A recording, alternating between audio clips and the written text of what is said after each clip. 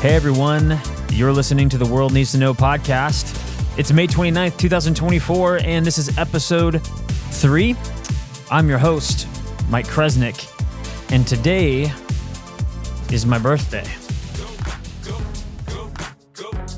That's right, 41 years ago, I was brought into this world, and I've had some thoughts and feelings about my birthday for a long time.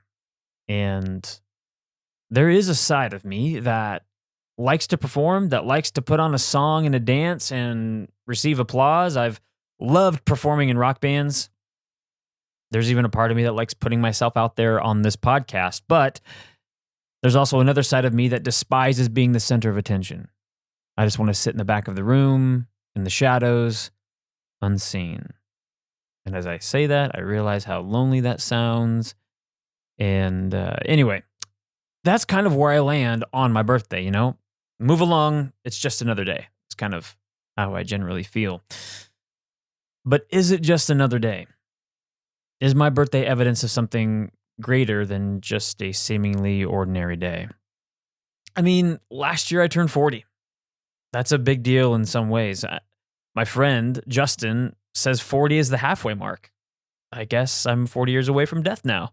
So this is also the season of life where a lot of guys blow up their lives by getting sports cars and finding a mistress.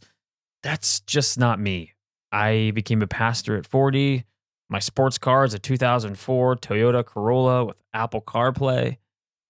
And my wife of 20 years is my best friend, and she likes riding in that car with me, listening to music with the windows down with me, and in some ways it feels like we're 19 all over again.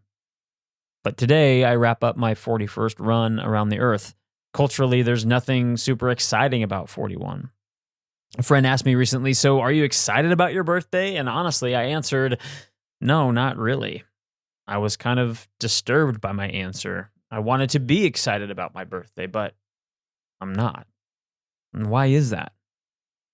Well, the first thing that came to mind as I was pondering this was celebrating birthdays seems childish. It's something that kids do. There's birthday parties, there's the hats, there's the inviting friends over, and then when you get older, that seems to go away. I remember one of my uncles coming up to me when I turned 16 and said, hey, this is the last year you're getting birthday gifts. And in some ways, I was fine with that. All I wanted at 16 was punk and emo records and gift cards to Hot Topic and Gadzooks. When you're having to print out MapQuest directions to your favorite stores alongside your birthday list, it kind of disenchants the whole I was thinking about you on your birthday thing. But when this went down, I remember feeling bummed out too. Are birthdays not worth celebrating anymore? That's definitely the vibe I received from my family as I grew up. But shoot, as a 16-year-old, what do I have to look forward to now as I get older? Well, high school graduation, or turning 21 and buying a beer, or going to college for 10 years and not becoming a doctor. Those are the things that you have to look forward to. And that brought to mind another reason why I lack excitement about getting older. As a child, there seemed to be something magical about birthdays. It's just a side story here. We've had a lot of storms and tornadoes come through the area where I'm at in Omaha, Nebraska. And I grew up in a mobile home park in Tornado Alley. And so during the spring and summer months, my birthday was always getting ruined by tornado sirens. So there's nothing magical about that. But anyway, as I grew older, something magical or transcendent seemed to be missing. There was a weight or significance in getting older that I didn't understand or didn't even begin to grasp until much later. I remember turning 21 while serving at a Bible camp. I wasn't allowed to go and get a drink for obvious reasons, but it wasn't until after that summer that I had my first legal beer. Yes, I drank before I was 21. I'm sorry, Mom. But as Americans, we have these age markers that when you look back at them, their meaning and significance was fleeting. So when I'm 16, I can drive, but now I can drive whenever I want. When I'm 18, I get to graduate and ditch my curfew and go to college. Actually, I graduated homeschool high school in a class of 3, and when homeschooling wasn't even that cool and college was expensive and I can still stay up as late as my old body allows. When I'm 21, I get to legally buy crappy beer. Now I think most beer just kind of sucks. When I'm 30, I get to spend decades raising kids and having a midlife crisis. Minus the crisis part, I actually love being a dad. I didn't pay much attention to, nor do I remember it being emphasized to me that there was some mysterious, enchanted, glorious significance to life and to getting older. Yes, I grew up in the church, and the eternal, the day to come, was highly emphasized, but that was later. Life is happening here on earth now. When I was 11, I remember mowing the lawn by myself for the first time. That seemed significant. I was mowing the lawn. I was doing the line straight. I was being a man, but I don't remember anyone sitting down next to me and explaining to me all the weird things happening to my body at 11. Explaining to me all the wonderful realities of sex and masculinity and maleness and how I was supposed to relate to the beautiful realities of femininity and womanness and how it all fit together. It was taboo and hidden to some degree and only brought up reactively. There were no rites of passage that I was guided into. I was kind of left just to figure it out on my own, and unfortunately, I had the internet as my guide. And though I lament this reality, I'm grateful for the handful of people that the Lord has put into my life to help guide me into maturity throughout the last couple decades. But I feel like the whole turning 40 or 50 thing, this over-the-hill stuff, is just goofy. And even though I do believe that there's significance to growing older, it seems that culturally, getting older is kind of made fun of and not held in high regard.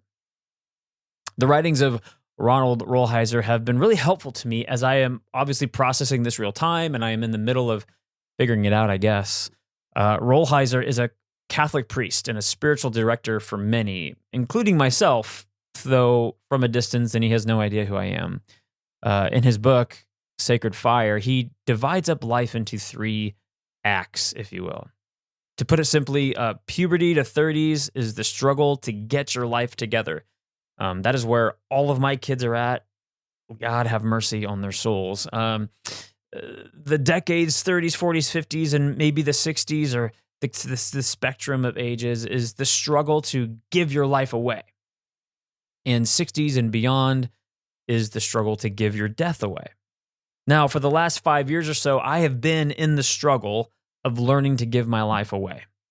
No longer am I trying on different careers or jobs or filled with a wanderlust that keeps me moving from one thing to another, one job to another, one city to another.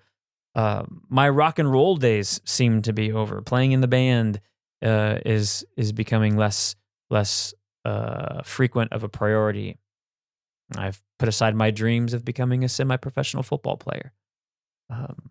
I've had to become more rooted, more settled in life in my role as a minister and pastor, in my role as a father, as a husband, and as a friend. One of my favorite passages in the Old Testament wisdom literature is Ecclesiastes 9, 7 through 10. The writer says, "Go, eat your bread with joy and drink your wine with a merry heart, for God has already approved what you do." Man, at 40 years old, just hearing those words feels like so much good news to me. It continues, "Let your garments be always white. Let not oil be lacking on your head. Enjoy life with the wife whom you love all the days of your vain life that he has given you under the sun, because that is your portion in life and in your toil at which you toil under the sun. Whatever your hand finds to do, do it with your might. For there is no work or thought or knowledge or wisdom in Sheol, in the grave to which you are going." I meditated on this passage a lot last year. For Lent, I slowly read and journaled through Ecclesiastes over and over as I approached my 40th birthday. It forced me to reckon with the reality that there is enjoyment and delight in being approved by God and being blessed by him. There is enjoyment and delight in remaining faithful to my wife. Even Proverbs 5 doubles down with, "Rejoice in the wife of your youth, a lovely deer, a graceful doe. Let her breast fill you at all times with delight. be intoxicated always in her love. Yes, who needs a midlife crisis when you have this? There is enjoyment and delight in the portion that God has given me. I am at the stage of life where I don't need to really strive for more that God has given me. I can be settled in what I have now. I can look at what I have now and steward it. I can cultivate it. I can help it thrive, enjoy it, and work hard, because when I'm dead, my life, my influence, my work ceases. And when I'm on my deathbed, will I regret that I never recorded that hit song Alone in My Principles? Will I regret never having a successful business or career or retirement fund to show for it? Probably not. If anything, I may regret not spending more time listening to my wife talk about her kindergarten students or sing to herself while she listens to the playlist I made her. I will probably regret talking too much at my teenagers rather than asking them more questions. I will regret not being more devoted to Christ and his people in my local church that he's called me to lead. I will regret not being more curious about the world around me and taking it for granted. I will regret not taking more time to enjoy life outdoors. I will regret not being more grateful for all that God has given me, life, breath, and everything. So I guess I have some things I need to be working on this next year as I approach my 42nd birthday. I've got some people in my life to give my life away to, don't I? Speaking of life and birthdays, I'm reminded of one of my favorite poems from E. Cummings. It's called I Thank You, God, for Most This Amazing. I thank you, God, for most this amazing day, for the leaping greenly spirits of trees and a blue true dream of sky, and for everything which is natural, which is infinite, which is yes. I who have died am alive again today, and this is the sun's birthday. This is the birthday of life and of love and wings and of the gay, great, happening, illimitably earth. How should tasting, touching, hearing, seeing, breathing, any, lifted from the no of all nothing, human merely being, doubt unimaginable you? Now the ears of my ears awake, and now the eyes of my eyes are opened. That was from a recording in New York, May 28th, 1953. Every day is like a birthday.